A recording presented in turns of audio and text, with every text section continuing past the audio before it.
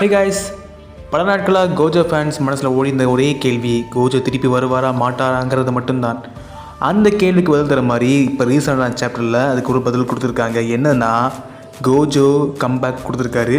But கோஜோவாக இல்லை, கோஜோவோட பாடி மட்டும் comeback கொடுத்துருக்கு.